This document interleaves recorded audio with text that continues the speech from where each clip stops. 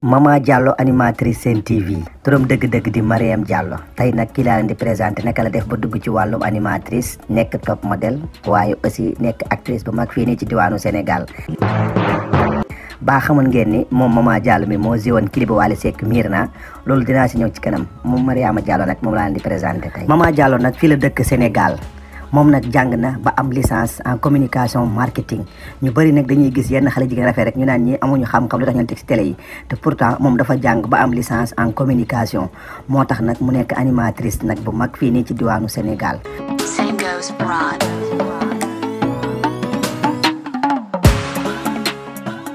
mbokk téléspectateurs yi gis ngeen nag finalement gis naa fi benn dóorkatu waar macha allah jeune la jàmbaar la ma ñu fekk ko ci buntu place am nii muy jaay café ak beñe mu ngi tudd Fallou donc Fallou maa ngi lay nuyu bu baax a baax. bokk na ci animatrice yu gën a yaru yu gën a teey ak actrice yi nga xam ne nii ñu bëri bëgg na leen. moom nag mu ngi commencé ci wàllu Miss en 2013 c'est normal am na taille bi aussi am na beauté bi am na aussi benn charisme bu doy waar bi muy dégagé en 2013 ci la demee Miss Labado après nag mu daal dem Miss Oscar des vacances en 2014 après ci la nekkee nag présentatrice Miss Labado après nag ci la demee 7TV pour nekk fa animatrice ñu gën koo ràññee nag ci clip bi ñuy wax clip bu Wally Balago Seck Mirna waaw moom moo ci nekkoon xale bu jigéen boobu àndoon ceeg Wally ñu bëri nag xàmmee woon ko foofu mu nekkoon benn xale bu jigéen bu rafetoon mën nañu wax ne sax clip boobu moom Maman Diallo mi attiré woon na si ñu bëri maanaam taxaw nañu bëri du xool clip bi ndax dafa nekkoon benn visage bi nga xam ne nii dafa beesoon ci kanamu sénégalais yu bëri maanaam la majeure partie boobu lañ koy doo ko xam clip boobu nag dafa dajale nag Wally si benn soirée de gala ñoom ñaar ñu photo après Wally ci la ko proposé ne ko est-ce que mën nga defal benn clip mu nekkoon clip miir année boobu sax mën nañu wax que ni moo jël meilleur clip ci année boobu noonu.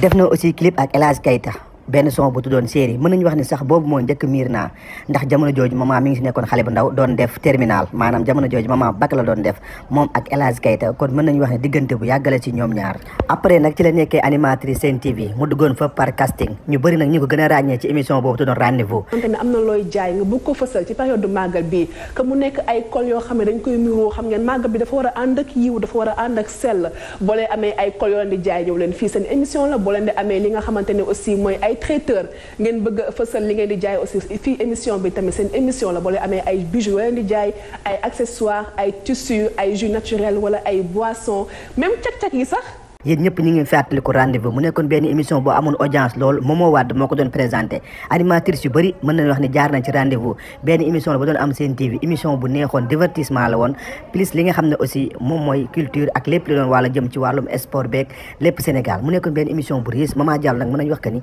foofu la gën a ràññee ko Sénégal yi bëri bëggoon ko foofu noonu.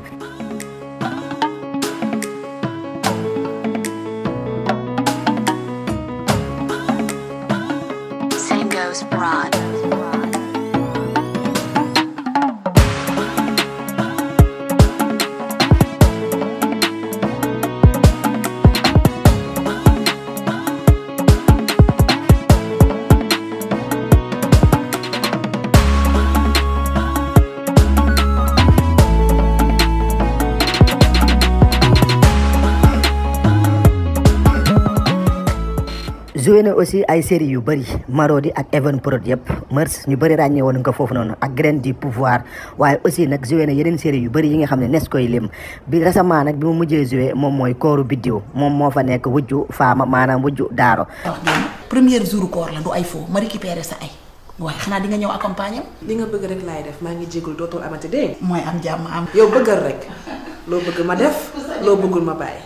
waaw léegi loo bëggoon ma def nga dem ci waañ bi ubbi frigo bi vérifier ma ganaar yàpp lan laa wala remplir xamaguma sax lu may togg moom déjà d'accord amul benn problème kon maa ngi dugg ci waañ bi mel ni l'asper nii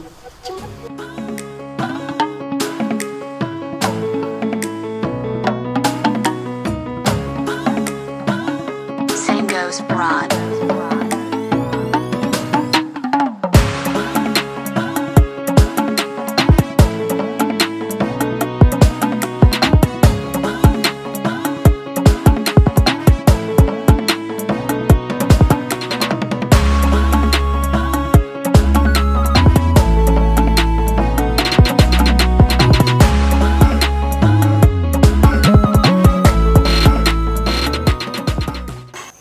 ban yaay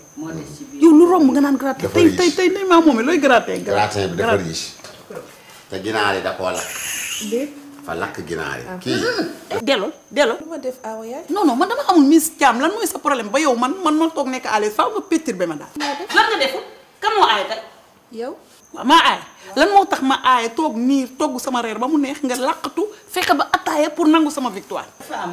yow boo ayee toog fii ba raay mbelle kii jóg attaayaal sa jëkkër andi ko. waaye may ma jàmm waaye dafa nekkoon sama xel ma xaw ko fàtte. mais moom xel mi lépp lay daj. loo xaw a fàtte day jéem a ruq bu ne rek mu def fa dara. faama lépp benn la. tey moom bu aye woon nga ñëw servir ma tey ñunum neen la rek lépp benn la. du benn wal sa moom bu aye wal sa moom. lii ñunum neen la benn la. non man dama foogoon yëpp benn la awa yaay. da nga foogoon yëpp benn. voilà mu ngo